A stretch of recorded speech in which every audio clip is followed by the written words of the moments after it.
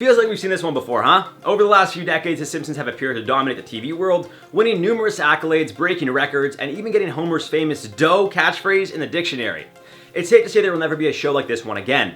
Sure, there are similar animated comedy-based shows that are centered around a family, but there's only one Simpsons family, only one Springfield, and only one writer's room, which appears to somehow foreshadow what's going to happen in the real world by writing scenarios into episodes of the show.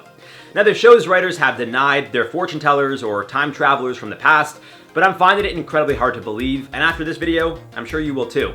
Today on Life's Biggest Questions, we're trying to figure out what's going on as we count down the top 10 Simpsons predictions that came true. Smash that like button, let's get right into this one. Starting us off at number 10, autocorrect. Way back in 1994, which was actually the year I was born, believe it or not, the iPhone wasn't even a thought. Or maybe it was, but I doubt anyone aside from Steve Jobs, maybe Steve Wozniak and a few others knew about it. There was the Apple Newton, which was a short-lived digital assistant from the 90s. A failed iPhone, if you will. Regardless, in 94, The Simpsons aired an episode called Lisa on Ice. It's from season 6, episode 8, and included a little jab at Apple's failed experiment. However, it also seems to have predicted the future. During a segment in the episode, two of Springfield's bullies are sitting in an assembly when one reminds the other to use his Newton to set a reminder to beat up Martin. As Doof writes a note to beat up Martin on his Newton phone, or assistant, it auto-corrected and reads out, "Eat up Martin." Aside from making fun of one of the very reasons the invention was a failure, it just didn't work properly, somehow the show's creators were able to predict Apple products would always get the autocorrect wrong. Apparently, I ducking love things a lot. Number 9, three-eyed fish. This is the one that will always stand out the most to me simply because it's just too accurate. Now, one could argue that to make the assumption something like this would eventually happen wouldn't be so crazy. At the same time, no other show or movie really joked about it before The Simpsons, so what does that tell you? Season 2, episode 4, which aired back in 1990, Bart ends up fishing near the Springfield power plant, where he discovers Blinky, the Simpsons' beloved three-eyed fish. Now, as previously mentioned, the idea of radioactive materials being dumped into large bodies of water always concerned us, as we knew there were definitely some sort of possibilities of mutations or genetic repercussions, if you will. And it turns out that was confirmed in 2011 when an Argentinian man started to make headlines after he caught a three-eyed fish while out fishing with some friends. It turns out the fish was caught in a reservoir where a power plant pumps hot water from their facility, and clearly the water just gets polluted.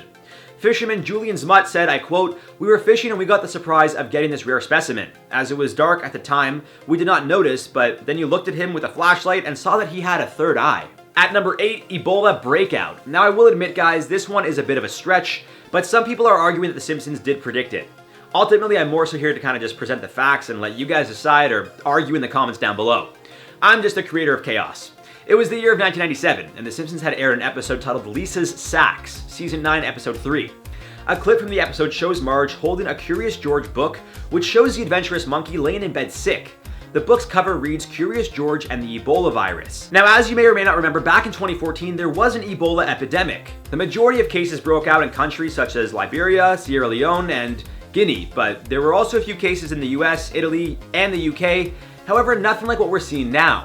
Still, the amount of lives lost in West Africa, specifically the countries affected most by the epidemic, were in the thousands. It lasted for about 3 years, starting at the end of 2013 and lasting all the way until 2016. Again, the episode of The Simpsons referencing the virus was from 1997, and some people made the argument that they predicted Ebola would have an outbreak and turn into a country or worldwide issue. Now, if it wasn't a known virus before the episode, I'd say that's pretty crazy. However, there were 2 Ebola outbreaks, small in comparison to the 2014 one, but still outbreaks nonetheless, that both occurred in 1996. The first is in Sudan, which is when the virus is believed to have first been identified.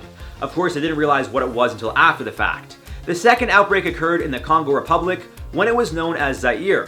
Both occurrences led to a total of about 430 deaths and about 600 total infections. So did The Simpsons predict an outbreak?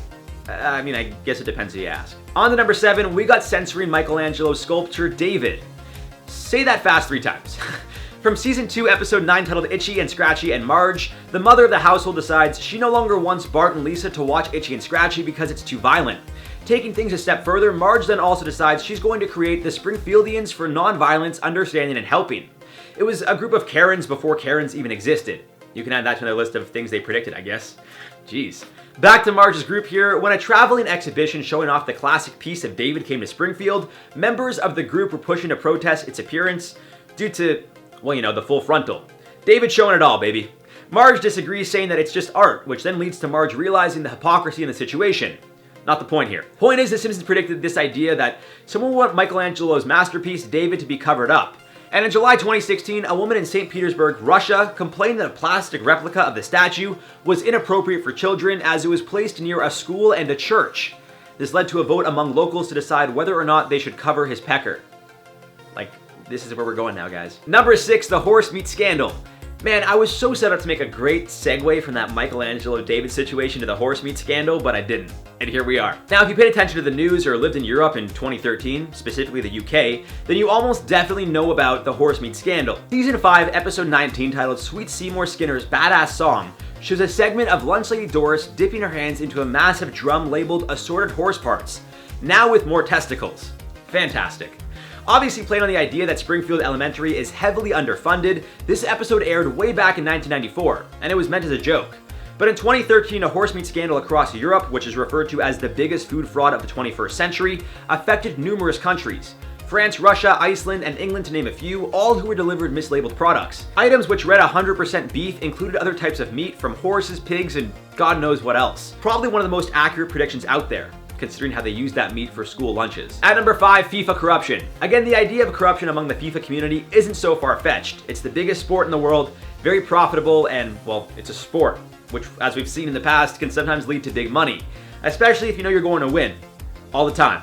We've heard of dives in boxing, people being paid off to lose, and in 2015, a huge FIFA scandal broke, which resulted in numerous arrests after allegations of corruption. In a 2014 Simpsons episode titled You Don't Have to Live Like a Referee, episode 16, season 25, a very quick cut shows the front page of a French newspaper.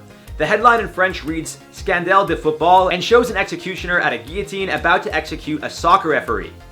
Now, obviously, the 2015 scandal didn't lead to any executions, but as previously mentioned, there was a massive FIFA scandal that happened a year after The Simpsons joked about one happening.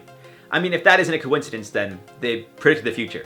Like, bottom line, no questions asked. It's just, that's what happened. On to number 4, legalization of cannabis in Canada. We're going way back to 2005, when The Simpsons showed a Canadian version of Ned Flanders, offering the Springfield version what he referred to as a reeferino. Episode 6, season 16, titled Midnight RX, has Homer, Apu, Flanders, and Homer's dad, Grandpa, head across the border to Manitoba to purchase cheaper meds for the people of Springfield. This is after Mr. Burns tells the employees of the power plant he's cutting their prescription drug plans. While in Canada, Ned runs into his Canadian self, an almost identical version of Ned, but with a slight Canadian accent and different appearance.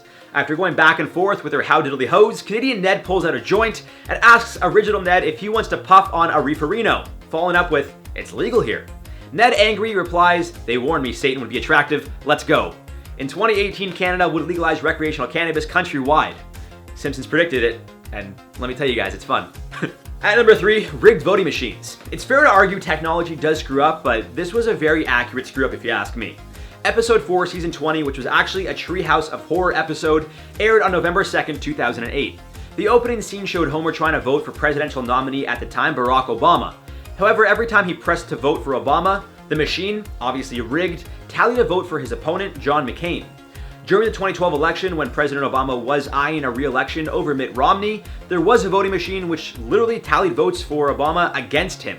There was even video footage of it happening, and to no surprise, people blame The Simpsons for this one, which again, how do they, they could say any technology could screw up, how do they know a voting machine? Come on.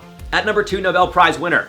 In season 22, episode 1, titled Elementary School Musical from 2010, a very quick cut shows a betting pool that Martin, Lisa, Database, and Milhouse filled out. The pool was for who would win which Nobel Prize, with the categories including physics, chemistry, economics, and literature. Of the names on the list, Milhouse placed a bet that MIT professor Bengt Holmstrom would win the Nobel Prize for economics. And guess what happened in 2016, folks? Now, maybe it's just one of those things that was bound to happen eventually just because of, how smart this guy is, but still, very impressive, even if it is 6 years later. Number 1, Ted Cruz's Cancun trip. Given how recently the events took place, this is freakishly accurate. You guys may or may not know, but during the Texas deep freeze, Texas Senator Ted Cruz was caught trying to flee to Cancun. He claimed to have just been chaperoning his family and had every intention of returning back immediately, but it seems that was just a cover-up because he got caught.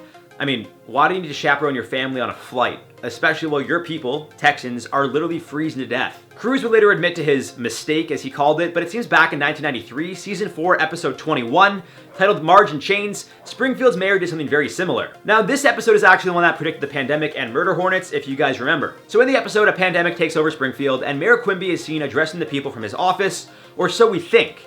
After a man cuts in front of him with drums during the live broadcast, we see that the mayor fled his town to a beach, which is where he's been reporting from. Wearing a suit and a tie top with flip-flops and a bathing suit, as well as the backdrop of his office, Quimby tried to fool his own people and got caught. Seems like they know something that we don't. And that's all for this one, guys. Let us know your thoughts on this one down below. For now, let's reply to some comments from the video. Why did the Texas deep freeze happen? Sandy Lyon said, but you need to do a video on why some of the people in Texas did videos saying their snow didn't melt with fire or that the snow was different. There was like a theory that they had fake snow because people were using fire with propane to burn it, and I'm like, it's just, I don't know what the science is, but I don't know, it just didn't burn for whatever reason. It's not fake snow, dude. You can't man make a snowstorm like that. Maybe you can, I don't know. Dude Bro 1 said, because it got cold. Dude, bro, obviously. James Ricker said, Texas had an ice storm in 2011 which came real close to causing a situation exactly like this. Texas was warned they needed to winterize their infrastructure. They did nothing.